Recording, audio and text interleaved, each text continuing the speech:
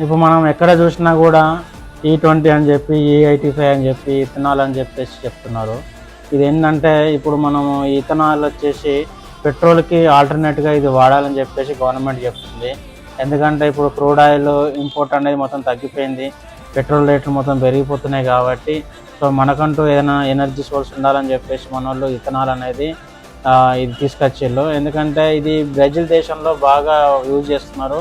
బ్రెజిల్లో చాలా వరకు పెట్రోల్ లేకుండా ఇథనాల్ తోటే వాడి వాళ్ళు సక్సెస్ అవుతున్నారు చాలా వరకు. సో అదే మనకు అప్లై అవ్వాలని చెప్పేసి మన ఇండియన్ గవర్నమెంట్ కూడా ట్రై చేస్తున్నది.